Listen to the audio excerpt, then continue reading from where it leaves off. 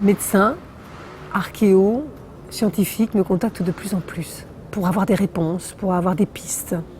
Certains médecins m'appellent pour avoir des pistes sur des maladies qu'ils n'arrivent pas à soigner, des casse-têtes chinois. Le médecin me dit, ce patient a un problème, je ne comprends pas, on ne comprend pas, est-ce que vous pourriez avoir une information? Alors on me dit de vous dire qu'il faut aller faire une investigation au niveau de l'estomac, c'est dans ce secteur-là qu'il faut faire une investigation, c'est là que ça ne va pas.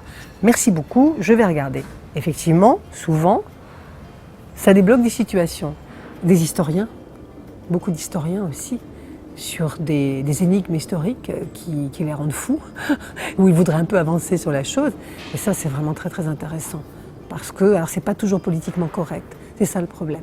Parce que ça ne correspond pas à l'image de l'histoire telle qu'on l'a créée. Et les personnages mythiques s'effondrent, ce sont des pauvres humains souvent, qui ont été totalement mythifiés au cours de leur existence. C'est un vrai travail. Ressentir, chercher des pistes, être, j'allais dire, soumise à la question avec les faiblesses et avec les plus. Moi, ce que j'aime quand je travaille avec l'archéologue, c'est qu'on me dit là, ça ne marche pas, ce truc-là ne marche pas. Et pourquoi ce truc-là ne marche pas? Il faut développer, il faut comprendre pourquoi ça ne marche pas. Et je trouve ça formidable. C'est comme ça qu'on avancera et c'est comme ça que la médiumnité deviendra scientifique.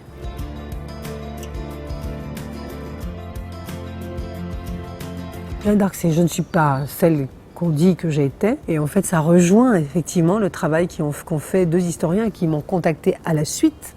Ils ont fait un travail phénoménal sur Jeanne d'Arc pour prouver que Jeanne d'Arc, c'était un personnage qui a été monté toute pièce par les services secrets de l'époque. En fait, c'était une demi-sœur du roi de France. Et, la France avait deux rois à l'époque, un Anglais et un Français. Il fallait une seule personne. Un seul être pouvait désigner qui serait le roi, c'était Dieu. Donc, pour désigner le roi, il fallait une vierge, une bergère, la légende de Merlin. Un jour, une vierge viendra et sauvera la France au nom de Dieu. Je ne sais plus exactement quelle était la légende. Donc on récupère tout ça, on en fait une espèce de package très très présentable pour le peuple. On fait une mise en scène formidable, on élève la petite de façon à ce qu'elle soit un garçon manqué, qu'elle fasse des jeux, etc. Et puis on lance ça. Et ça marche. Napoléon, c'est « je ne suis pas aux Invalides ». Depuis, ça s'est confirmé. Et le fait de le dire, moi, je ne sais pas ce que ça provoque de l'autre côté, mais apparemment, ça lève un voile sur certains mensonges. Alors, il y a tellement de mensonges qu'on devrait faire ça en permanence. Et il semblerait que certains mensonges soient plus lourds à porter que d'autres.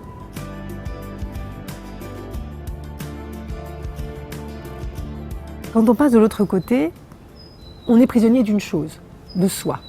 Et ce qui va déterminer notre passage dans certains lieux, dans certaines dimensions ou pas, c'est le poids de ce qu'on porte. Une trahison, quelque chose qui va peser. Sur certains personnages, apparemment, personnages historiques, c'est ce qui est demandé. Quand ils se manifestent, c'est jamais pour dire « bonjour, je suis là, comment allez-vous ?» C'est toujours « je veux qu'on dise, je veux qu'on dise, je veux qu'on dise ». Quand il y a 500 ans, ça fait loin, donc on dit « mais ça sert à quoi ?» C'est pas pour les gens, c'est pour moi. Je veux être en paix. Dites-leur que ce n'est pas vrai.